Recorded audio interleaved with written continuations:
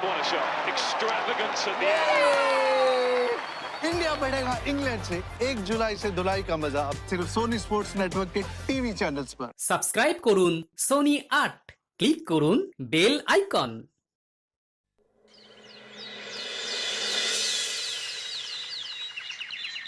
দেখতে দেখতে আবার একটা পুজো চলে এলো মহারাজ।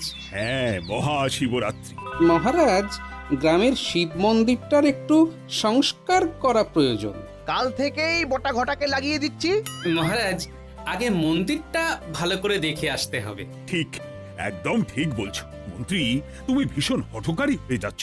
আগে ভাগে কোনো বিচার বিবেচনা না করে দুমদাম বলে দিচ্ছ।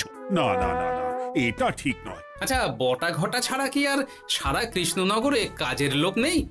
তুমি যাই বলো মন্ত্রী, তোমার বটা ঘটার হাতের কাজ কিন্তু ভালো নয়। আগের বছর মন্দিরে রং করলো, বৃষ্টি এলো, সব ধুয়ে একেবারে কঙ্কাল বেরিয়ে এলো। যাক, মহারাজের নজরে পড়েছে তাহলে। এবারে আমি দাঁড়িয়ে থেকে কাজটা করব। এবার দেখবেন এমন রং হবে যে রং সারা জীবনে আর উঠে যাবে না। চিরস্থায়ী রং, রোদ জল ঝড় কোনো কিছুরই তোয়াক্কা করে না। মন্ত্রী মশাইয়ের বক্কমবাজি, থুড়ি রংবাজি।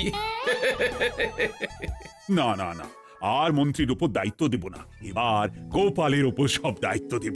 গোপাল, কাল মন্দিরটা ভালো করে দেখে নিয়ে কাজ শুরু করে দাও। যথা আজ্ঞা মহারাজ।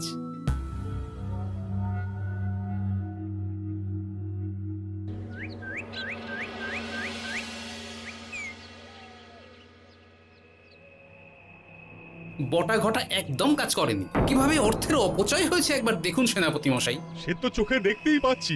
মহারাজকে পুরো বিষয়টা জানাতেই হবে।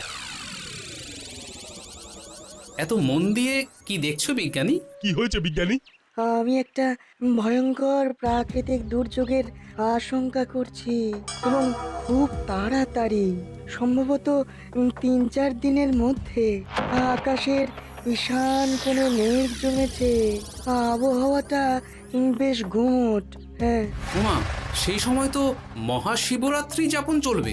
ভালোই হলো, এই প্রাকৃতিক বিপর্যয়ের আগাম আভাস পাওয়া গেল। এতে করে আমরা প্রস্তুত থাকতে পারবো। মন্দিরের সংস্কারের সাথে সাথে দর্শনার্থীর ব্যবস্থা করতে হবে। চলো ভালো করে এই চারজনে আলোচনায় বসি। চলো আমার ঘরে।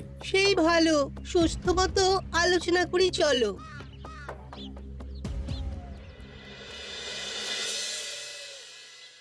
তারপর মহাদেব তখন দেখলেন যে তার কাঁধে সতী নেই। তখন তিনি শান্ত হলেন, কৈলাস পর্বতে গিয়ে ধ্যানে বসলেন। তারপর পৃথিবী শান্ত হলো। বাবারে,